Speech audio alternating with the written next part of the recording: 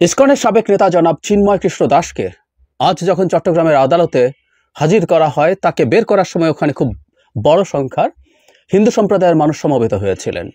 তাদের আবেগের জায়গা আছে, আমরা এটাকে শ্রদ্ধা করি। কিন্তু এরপর যে ঘটনাটা ঘটল, সেখানে একজন মুসলিম আইনজীবী হত্যাকাণ্ডের শিকার হয়েছেন, যাকে মারাত্মকভাবে জখম করে হত্যা করা হয়েছে। প্রাথমিকভাবে অভিযোগের তীর হিন্দু সম্প্রদায়ের মানুষের দিকে যাচ্ছে। আমরা এটাকে প্রাথমিকভাবে অভিযোগের কথা বলছি এবং এটা হওয়ার সম্ভাবনা খুব বেশি। মানে অন্তত ওই যে জমায়েত তৈরি হয়েছিল সেখান থেকে এই ঘটনা হয়েছে বলে ধারণা করা হচ্ছে। এটা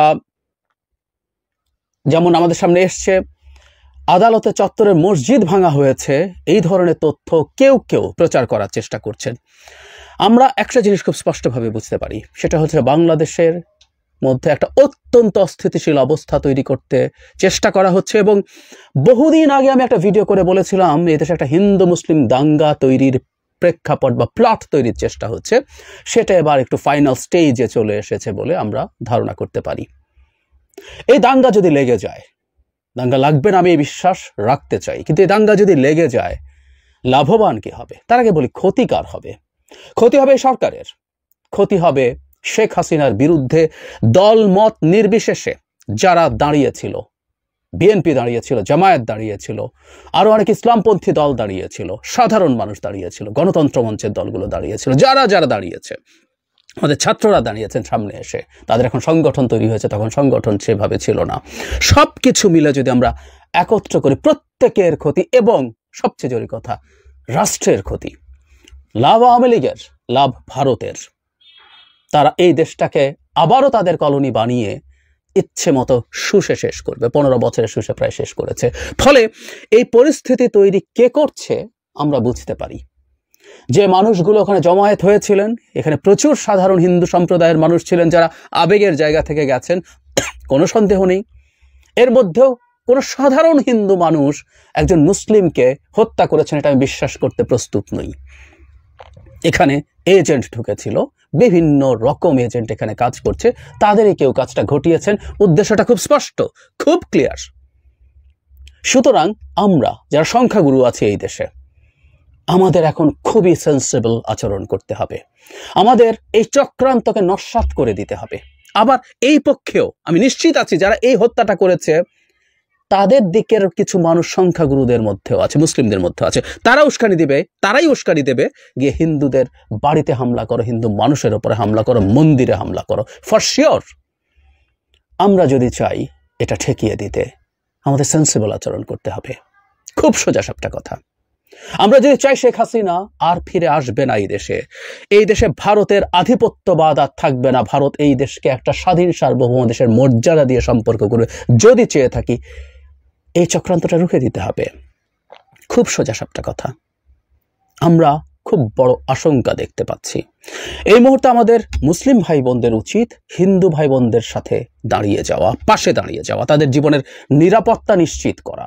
এবং হিন্দু ভাই বোনদেরকেও বলছি, কোনো রকম উস্কানির ফাঁদে যেন তারাও পা না দেন। তাদেরকে সবসময় মনে রাখা উচিত হবে, এই রাষ্ট্রে তাদের নিরাপত্তা নিশ্চিত করবে এই রাষ্ট্রের সরকার, এই রাষ্ট্রের তাদের সহনাগরিকরা, তাদের ভাই বোনরা, মুসলিম ভাই বোনরা, অন্য ধর্মের ভাই বোনরা। ভারতের দিক থেকে যত কিছু না হয়, এবং আমি আগেও বলেছি, তারা যেন এই প্রত্যাশা না করেন ভারতে সেখানে কিছু করবে। এটা কিন্তু সংঘাতের পরিস্থিতি আরো বাড়িয়ে দেবে।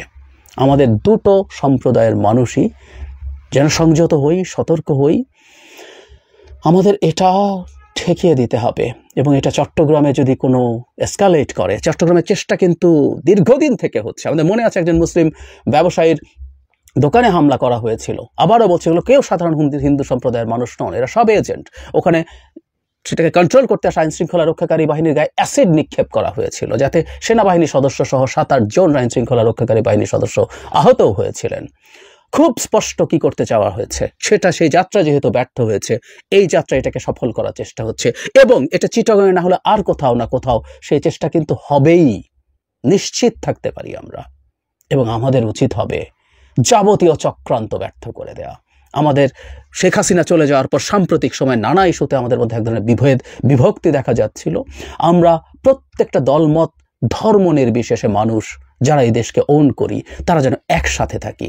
জনাব চিন্ময়ের বিরুদ্ধে, তার বক্তব্যের বিরুদ্ধে আমার অনেক অভিযোগ আছে। আমি তার বক্তব্য সাম্প্রতিক সময়ে অনেক অ্যাগ্রেসিভ দেখেছি, সরকারের কাছে হয়তো আরও বেশি তথ্য আছে, কিন্তু তিনি রংপুরে একটা কথা বলেছিলেন, সেটাকে আমি তখনও প্রশংসা করেছি যখন আজ সকালে ভিডিও দিয়েছি সেখানে।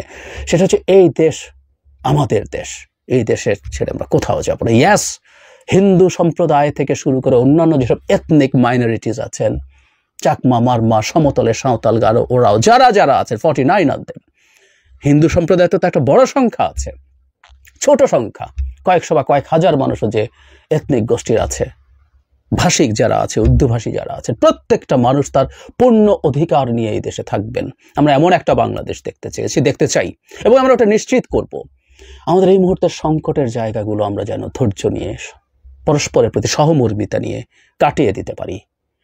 এর মধ্যেই যাতে কেউ ধর্মের জিগির তুলে দাঙ্গা মারে অধর্ম, ইসলামেও কোনোভাবেই সেটা কেউ কখনো সমর্থন করে, কিন্তু করে। ওই যে আবারও বলছি, মুসলিমদের মধ্যেও তাদেরই এজেন্ট হয়তো আছে যারা দাঙ্গা বাঁধাতে চায়, নানা ফর্মে, নানা চেহারায় এসে হাজির হয়।